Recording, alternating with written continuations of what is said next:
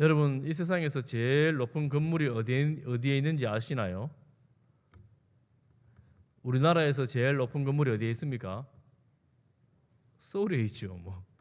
제일 높은 건물이 몇 층인지 아세요? 그 제일 높은 건물에 한번 올라가 보셨어요? 한번 올라가 보고 싶지 않으세요? 지금 이제 코로나 방역 지침이 굉장히 느슨해지고 있죠. 조만간 다 풀 것처럼. 또 해외 여러 나라에서는 이미 풀고 있는 나라들이 많은데, 그러다 보니까 세계 곳곳에서 관광지로 오라고, 관광지로 비행기 타는 사람들이 그렇게 또 많아진다고 이런 이야기가 들립니다. 사람들은 아름다운 곳, 화려한 곳, 또 위대한 도시가 있는 데를 방문하고 싶어하고, 또 여행하기를 즐겨합니다. 또 여행해 본 사람들은 야, 내가 그거 봤는데 진짜 대단하더라 이러면서 자랑하기에 얼마나 마음이 분주한지 몰라요. 그것뿐만 아닙니다. 전에 한번 저 텔레비전에 보니까 팥빙수 있잖아요. 팥빙수를 사진으로 찍었고 촬영을 해서 보여주는데 그게 10만 원이 넘어요. 이런 팥빙수 아시지요? 10만 원 넘는 팥빙수에는 금가루를 뿌렸겠지요. 그런 걸 가지고 자랑을 하고 사람들이 먹어봤다고 이런 이야기를 하는 걸 제가 본 적이 있습니다. 오늘 본문에 예수님하고 제자들하고 많은 사람들이 예루살렘에 올라가셨어요. 이제 예루살렘에 올라가신 예수님은 십자가에 못 박혀 이제 돌아가실 거예요. 예루살렘에 올라가는데 예수님 주변에 있는 어떤 사람들이 와서 이렇게 자랑하는 거예요. 예수님, 저 성전 한번 보세요. 성전 정말 대단하지 않아요? 들은 거 한번 보셨어요? 자랑을 하는 겁니다. 왜 그 성전을 자랑하는가 하면 당시의 예루살렘 성전은 예수님이 태어나기 전부터 헤롯 대왕이 짓기 시작했어요. 그러니 지금 예수님이 우리가 알기로 30살에 이제 십자가에 못 박히시잖아요. 30년 사셨죠.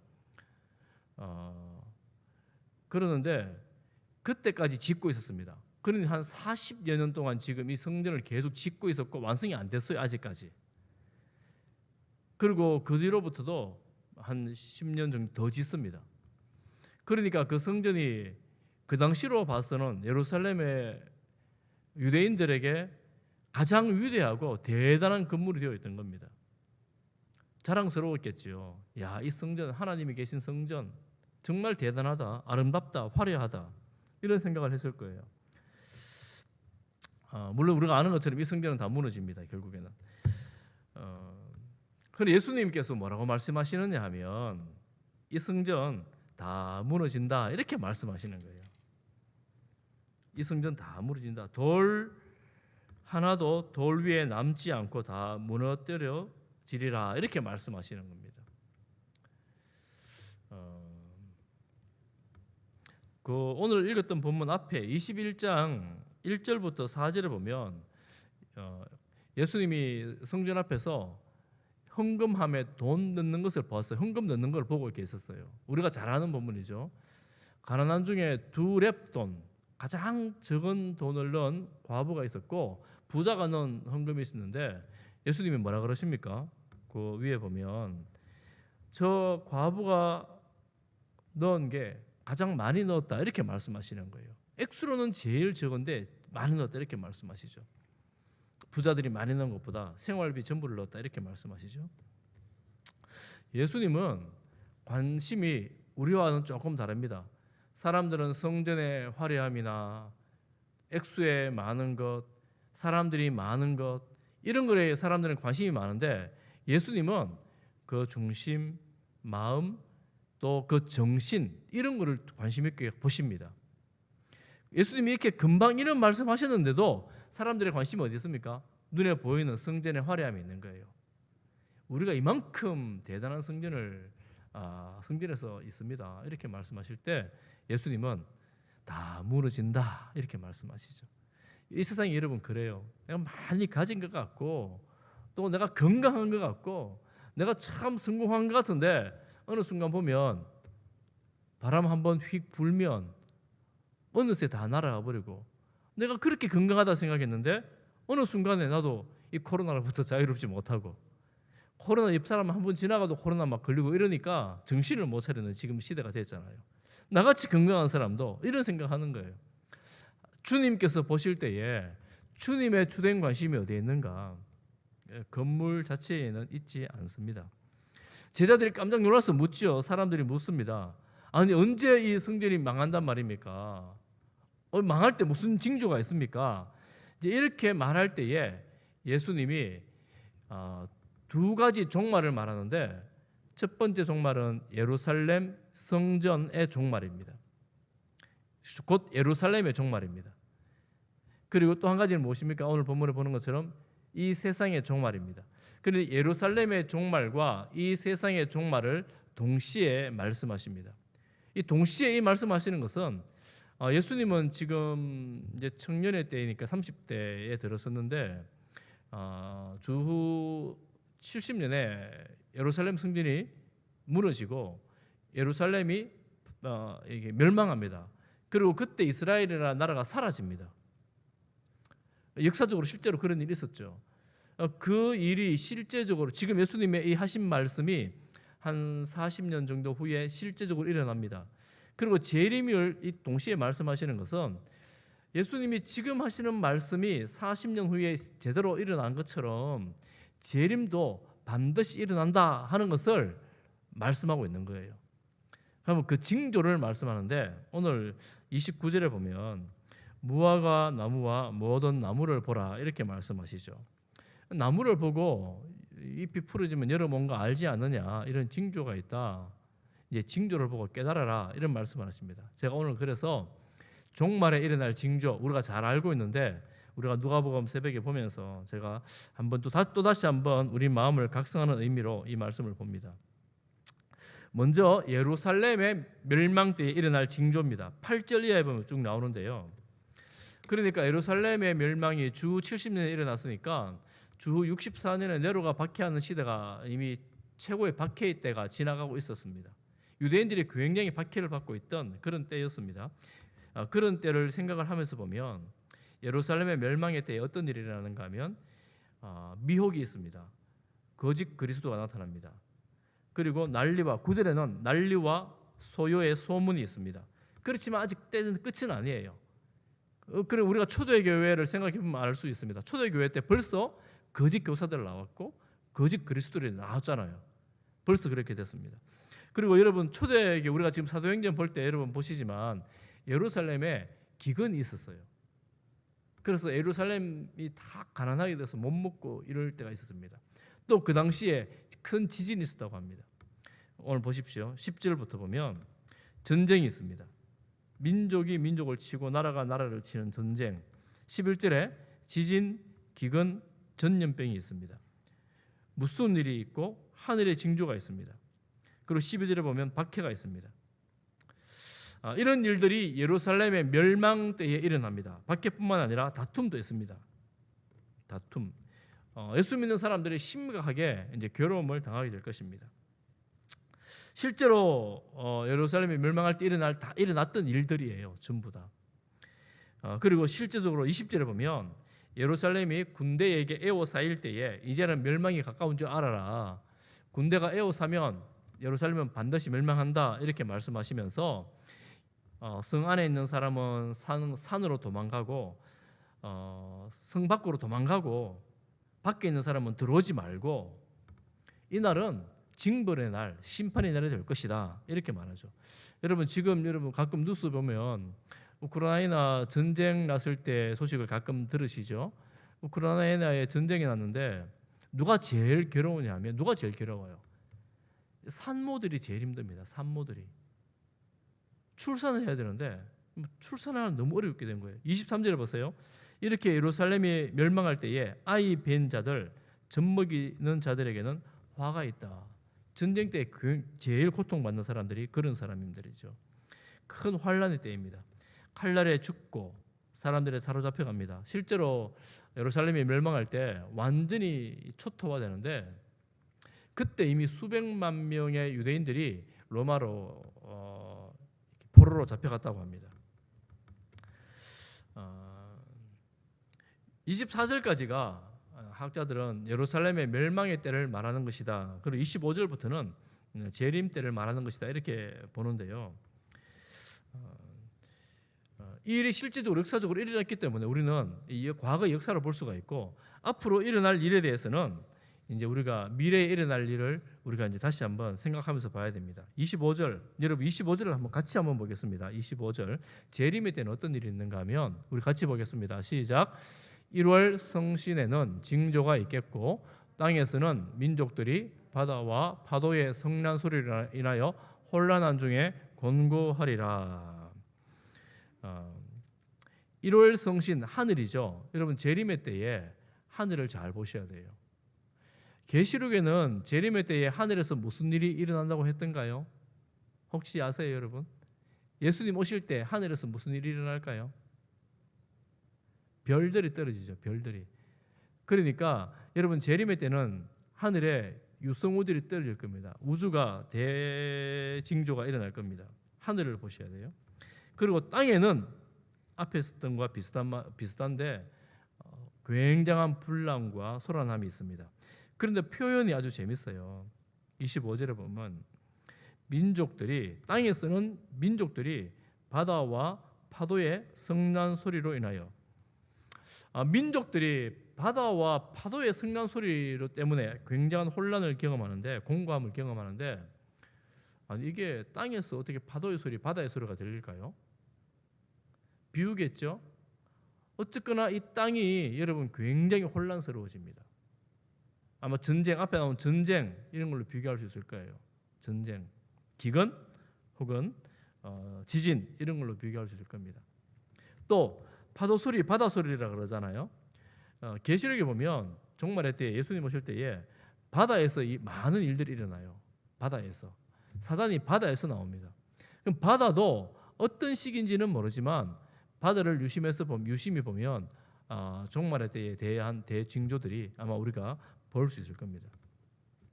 보세요. 하늘, 땅, 바다가 우리가 평생 경험해보지 못했던 평소 경험해보지 못했던 어마어마한 일이 일어날 것입니다. 26절에 보면 이런 일 때문에 사람들이 어떻게 되는가 하면 사람들이 세상에 임할 일을 생각하고 무서워함으로 기절하리니 이 보기만 봐도 까무러칠 정도가 되는 거예요. 정신을 못 차리고 까무러칠 정도가 되는 거예요. 기절할 수밖에 없는 너무너무 무서운 그런 일들이 하늘, 땅, 바다에서 일어납니다. 하늘의 권능들이 흔들리겠습니다. 이렇게 말하죠. 하늘의 권능이라는 것은 우주를 말하죠. 우주가 흔들리는 거예요. 그때 27절에 인자가 구름을 타고 오겠다. 이렇게 말합니다. 예수님이 이제 오실 때 이제 여러분 아시겠죠? 오실 때는 하늘, 땅, 바다에서 분명한 사인이 있구나. 아시겠죠? 그래서 여러분 하늘 보고 사셔야 돼요. 바다도 한 번씩 보고 사세요. 그런데 여러분 28절을 같이 보겠습니다. 28절 같이 봅니다. 28절 시작. 이런 일이 되기를 시작하거든 일어나 머리를 들라 너희 속량이 가까웠느니라 하시더라. 아멘. 여러분 지금 하늘, 땅, 바다에서 엄청난 재난이 일어나는데 그럼 어떻게 해야 돼요? 숨어야 되잖아요. 어쨌거나 재난이 일어나니까 숨어야 될 거 아닙니까? 피해야 될 거 아닙니까? 그런데 말씀 뭐라 그래요? 그때는 일어나 머리를 들라 이렇게 말씀하시죠. 예수님이 재림하실 때는 숨을 수 없습니다. 예루살렘이 멸망할 때는 다 산으로 도망가라, 피해라, 숨어라 이렇게 말하는데 예루살렘에 들어가지 말라. 그러면 생명 무지할 수 있다 이렇게 말하는데 주님 재림하실 때는 어느 누구도 피하거나 숨을 수 없어요. 그래서 뭐라고 말합니까? 믿는 자들에게 머리를 들라. 이제 이게 제가 마무리 결론에 한 번 더 말씀할 텐데 너희 속량이 가까웠다. 속량 구원을 말하죠. 구원. 주님 재림의 때는 믿지 않는 악인들에게는 심판의 날이요 믿는 자들에게는 구원의 날입니다. 할렐루야. 여러분 주님 재림이 기다려지십니까? 주님 오셨으면 좋겠어요? 빨리 오시기를 바라지요? 아멘? 아멘. 주님 빨리 오셔야 되죠. 뭐. 빨리 오시면 좋잖아요. 그래서 이제 이 세상에는 온갖 재앙이 재난이 넘치는데 하늘, 땅, 바다에서 재앙이 넘치는데 어쨌거나 믿는 사람들은 이야 이제 주님 오시는구나 할렐루야 하면서 이제 주님을 기대하고 주님을 만나는 그런 날이 기쁨으로 만나는 날이 되는 거예요. 이제 이런 징조들이 있을 것이다라고 말하면서 이어지는 구절에 뭐라고 말합니까? 무화과 나무들을 보면 잎이 풀어지면 여름이 사기 나고 여름이 가까운 줄 아니까 너희들 이런 징조를 보고 깨달아라. 이런 일이 일어나는 것을 보면 하나님의 나라가 가까이 온 줄을 알라. 이렇게 말씀하죠. 천국입니다. 이 주님의 재림이에요. 주님의 재림입니다. 그리고 또 말씀하십니다. 천지는 없어지겠지만 내 말은 없어지지 아니하리라. 이 세상은 다 없어질 거예요. 그렇지만 주님의 이 말씀은 없어지지 않습니다. 반드시 이루어진다는 거예요. 역사 속에서 예루살렘의 멸망이 반드시 이루어졌던 것처럼 예수님 때의 재림도 반드시 이루어진다는 겁니다. 자, 그러면 우리는 그 주님을 기다리면서 어떻게 해야 되는가? 어떻게 해야 되는가? 34절부터 어떻게 해야 될지에 대해서 말씀하시는데 첫 번째는 이제 조심하라 이렇게 말해요. 조심하라. 뭘 조심해야 되는가? 방탕함, 술 취함, 생활의 염려로 마음이 둔하여지는 것을 조심해라. 왜 조심해야 되느냐 하면 아유 주님 오신다 하더니만 지금 몇 번이나 오신다고 했는데 안 오셨잖아요. 그러니 아유 언제 올지 혹은 안 오는가 보다 이렇게 생각하고 마음대로 살면 안 된다 이런 말입니다. 방탕함, 술 취함, 뭐 방탕, 술 취하고 이런 건 저희들과 거리가 좀 멀죠. 여러분 그런 분들 없잖아요. 그런데 생활의 염려로 마음이 둔하여지고 아이고, 내가 어떻게 살아야 되나? 내가 어떻게 뭐하고 살아야 되나? 뭘 먹고 뭐 입고 살아야 되나? 맨날 그거 걱정하다가 예수님 잊어버리는 거예요. 근데 그렇게 되면 안 된다고 이렇게 말씀하시는 겁니다. 뜻밖의 그날이 임할 것이다. 그리고 예루살렘의 멸망은 예루살렘에게만 해당되었지만 그날 주님의 재림은 온 지구상에 임할 것이다. 모든 사람에게 임할 것이다. 이렇게 말합니다. 그래서 그날 주님을 만날 수 있도록 주님 앞에 설 수 있도록 36절 우리 36절을 같이 한번 보겠습니다. 36절 시작. 이러므로 너희는 장차 올 일 모든 일을 능히 피하고 인자 앞에 서도록 항상 기도하며 깨어 있으라 하시니라. 아멘. 뭐 해야 됩니까? 우리가 그날 주님 재림하실 때에 주님 앞에 설 수 있도록 깨어 기도하라 이렇게 말씀하시죠. 깨어 기도하라. 예수님은 우리에게 깨어 기도하라고 여러 번 말씀하셨죠. 겟세마네 동산에서 제자들에게 뭐라고 말합니까? 시험에 들지 않게 일어나 기도하라. 깨어 기도하라 이렇게 말씀하십니다. 여러분 이게 깨어 기도한다는 게 무슨 의미예요? 그리고 주님의 재림을 준비하는 사람들은 깨어 기도해야 되는데 이게 무슨 의미입니까? 밤에 잠 안 자고 계속 기도해야 된다는 걸까요? 그 다음 이어지는 37절 38절에 보면 예수님이 그 예루살렘에 올라오셔서 낮에는 성전에서 가르치시고 밤에는 감람문이라는 산에서 쉬셨다 이렇게 말하죠. 만약 깨어 기도하는 것이 잠 안 자는 거면 예수님 감람산에서 쉬셨다 이렇게 안 하고 기도했다 이렇게 말할 겁니다. 예수님 감람산에 가서 주무셨어요. 그러니까 이게 우리에게 굉장히 중요한 아이디어를 하나 주는 거예요. 생각을 주는 건데 깨어 기도한다는 것이 잠 안 자고 기도하는 게 아니에요. 물론 우리가 과거에 철야기도 하고 뭐 금식기도 하고 이런 거 하잖아요. 그런 게 할 수 있습니다. 여러분 하루 종일 만약에 밤새도록 철야하면 근데 다음날 아침에 좀 자야죠 뭐. 만약 그 밤새도록 처리하고 며칠만 일하고 며칠이 아니에요. 하루 이틀만 그래도 사람이 아무것도 못할 겁니다. 깨어 기도하는 것, 기도하면서 항상 기도하며 깨어 있는 것은 어떤 거냐면 낮에는 일하고 밤에는 자는 거예요. 여러분, 낮에는 일하고 밤에는 자는 거예요. 그러면 기도는 어떻게 하는 거예요? 이게 무슨 의미냐? 우리의 일상이 주님 오실 때, 여러분 마태복음을 보면 한 사람, 두 사람이 맷돌을 갈다가 한 사람은 올라가고 한 사람은 그 자리에 남고, 두 사람이 밭을 매다가 한 사람은 올라가고 한 사람은 남고, 이런 말씀이 나오잖아요. 이거예요.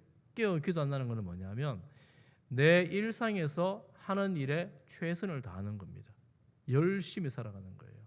게으르거나 나태하지 아니하고 열심히 살아가는 겁니다.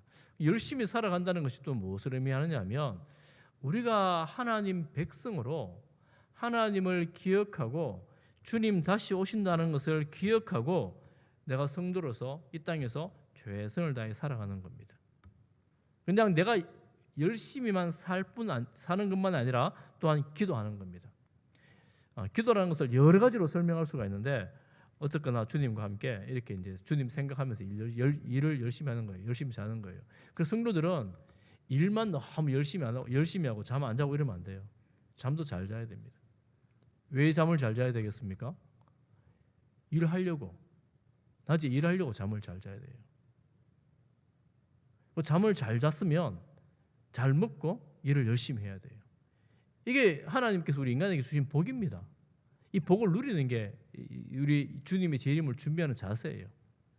그런데 그 상황에서 주님을 잊지 말라라는 겁니다. 방탕하면서 술 취해가지고 염려하면서 주님 잊지 말라는 거예요.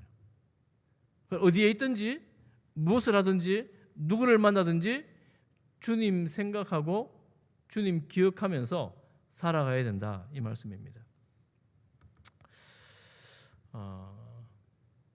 요즘 세상을 돌아보면 여러분 지금 3차 전쟁 이런 말 나오잖아요. 아마 2차 대전이 끝나고 난 이후에 3차 대전 말 나오는 게 또 있는가 싶을 정도로 지금 사실은 전 세계가 굉장히 위태로운 지경입니다. 우리가 러시아하고 멀리 떨어져 있다고 해가지고 안전하지 않아요. 우리나라는 세계의 화약고 중에 한 나라입니다. 대만도 그렇고 우리나라도 그렇습니다. 경제적으로는 벌써 전 세계가 다 영향을 받고 있어요. 벌써 이 전쟁 때문에. 그러니까 전 세계가 이 전쟁에 지금 음으로 양으로 지금 뭐 직간접으로 동참하고 있는 겁니다. 전쟁이 그렇게 있죠. 오늘 말씀 그대로하면 전염병이 지금 세상에 다 퍼져 있죠. 얼마 전에 일본에 또 큰 지진이 났지요. 여러분 이런 이제 일들이 있을 때마다 아이고 주님 오신다, 주님 오신다 하도 말 많이 해가지고 양치기 소년은 거짓말한 것처럼 아이고 주님 안 온다 걱정하지 마라 이런 말 하는 사람들이 있는데 우리는 이런 일이 있을 때마다 또 주님 오시겠거니 주님 오실 수 있다 이런 마음으로 깨어 기도하면서 주님을 생각하고 살아야 돼요. 방탕함이나 술 취함이나 세상 염려한다고 그저 거기 빠져 살면 안 된다는 이런 말입니다. 할렐루야. 잘 준비합시다. 자, 정리합니다. 마지막으로 정리. 자, 결론적으로 제가 했던 말 다시 할 텐데 정리합니다. 예루살렘 멸망과 동시에 본다면 첫 번째 우리가 무엇을 할까? 19절 말씀에 인내로 너희 영혼을 얻으리라. 박해 가운데에 인내해야 된다. 끝까지 인내하며 믿음을 지켜라. 그러면 우리 영혼을 얻는다. 이게 중요하죠. 여러분 이제 종말되면 박해가 있어요. 신앙생활하기 힘들어집니다. 끝까지 믿음 지키고 인내하시기를 바랍니다. 따라 보겠습니다. 인내합시다. 믿음으로 이깁시다. 자, 두 번째는 기대하십시오. 기대. 28절 조금 전에 보았는데 심판은 곧 구원의 날이다. 우리에게는 속량의 날이라. 그러니까 환난과 박해가 심해지고 세상이 뒤숭숭해지고 어두워지거든. 주님의 구원의 날이 임박했구나. 힘들지만 인내하면 주께서 나를 구원하신다. 천국이다. 라는 생각을 하면서 기대해야 합니다. 따라해 보겠습니다. 기대합시다. 기대하는 거예요. 세 번째, 조심하고 주의해야 됩니다. 방탕함으로, 술 취함으로, 생활의 염려로 주님 잊어버리지 말고 주의해야 합니다. 따라합시다. 주의합시다. 조심합시다. 자, 네 번째, 이게 마지막입니다. 오늘 본문 말씀에 뭐라고 말합니까? 기도하며 깨어 있으라. 따라하겠습니다. 기도하며 깨어 있으라. 네, 이게 제일 중요하게 우리가 해야 될 일이죠. 기도하며 깨어 있으라. 왜 기도하며 깨어 있어야 되냐면 기도하지 않으면 깨어 있기가 참 어렵습니다. 왜냐하면 우리 대부분의 기도를 보면, 여러분 오늘도 기도할 거지만 대부분의 기도를 보면 거의 많은 경우에 세상 염려를 이기고자 하는 기도예요. 이런 염려, 저런 염려. 그 기도도 내 염려 속에 함몰돼 가지고 뭐 정신을 잘 못 차릴 때가 있어요. 주님의 기도를 보면 하나님의 나라, 하나님의 이름, 하나님의 뜻을 구하잖아요. 그러니 우리가 기도하면서 하나님의 나라를 구하고 하나님의 뜻을 구한다는 것은 주님 어서 오십시오 이렇게 기도하는 거예요. 주님 어서 오십시오. 여러분 지금 기후 위기가 되게 좀 심각합니다. 어떤 나라가 지금 빙하가 많이 녹아가지고 저 태평양에 있는 섬 나라가 거의 다 잠기게 생겼대요. 나라가 이제 땅이 없어지게 된 거예요. 그 나라는 이제 심각하잖아요. 조그만 섬 나라가. 우리나라도 마찬가지로 저 바닷가에 사는 도시들이 자꾸 이렇게 수위가 높아진다 그러지요. 그리고 우리가 기후 위기에 대해서 이게 세상의 종말이 될 수 있겠거니다. 이렇게 생각하는 사람들이 자꾸 준비해야 된다. 기후 대책 세워라. 뭐 이런 말들 자꾸 하잖아요. 우크라이나 러시아 전쟁하니까 세상 사람들이 모여가지고 빨리 종식시키도록 외교적으로 노력해라. 뭐 이것저것 해라라고 회담하고 하잖아요. 또 이런저런 어려움이 있을 때마다 사람들이 한번 극복해 보려고 이기려고 애를 씁니다. 애를 써야 돼요. 애를 써야 돼요. 그런데 우리가 아무리 애를 써도 주님 오셔서 세상 심판하는 것은 못 막습니다. 주님 오신다고 작정하고 오시면 우리 사람의 힘으로 막을 수 있는 게 아니에요.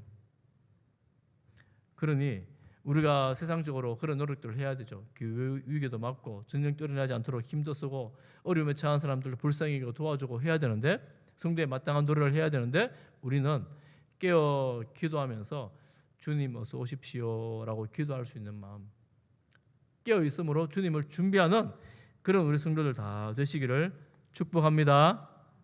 꼭 기억하십시오. 주변에 혹시라도 야 재림이 어딨나, 재림이 어딨나, 예수님 뭐 오나, 천국이 어딨나, 이런 사람들이 분명히 있잖아요. 분명히 있잖아요. 여러분 재림 하십니다. 천국이 있어요. 지옥이 있습니다. 우리가 정신을 바짝 차려야 돼요. 그래서 주님 오시면 더 이상 준비할 시간이 없구나. 우리가 주님 드디어 오시라고 할 수 있는 유일한 이유, 주님 아직 예수님만 믿는 가족이 있어요. 주님 불쌍히 여겨 주십시오. 이것 아닙니까? 이것 아닙니까? 그러니 우리는 부지런히 이 믿음으로 주님 오십시오. 그러시면 제 가족을 구원해 주십시오. 불쌍히 여겨 주십시오. 언제 주님 오실지 모르지만 주님 오시면 제가 반가이 주님 맡겠습니다. 우리 가족을 구원해 주세요. 이런 마음으로 주님 기다리는 우리 성도들 다 되시기를 주님의 이름으로 축복합니다.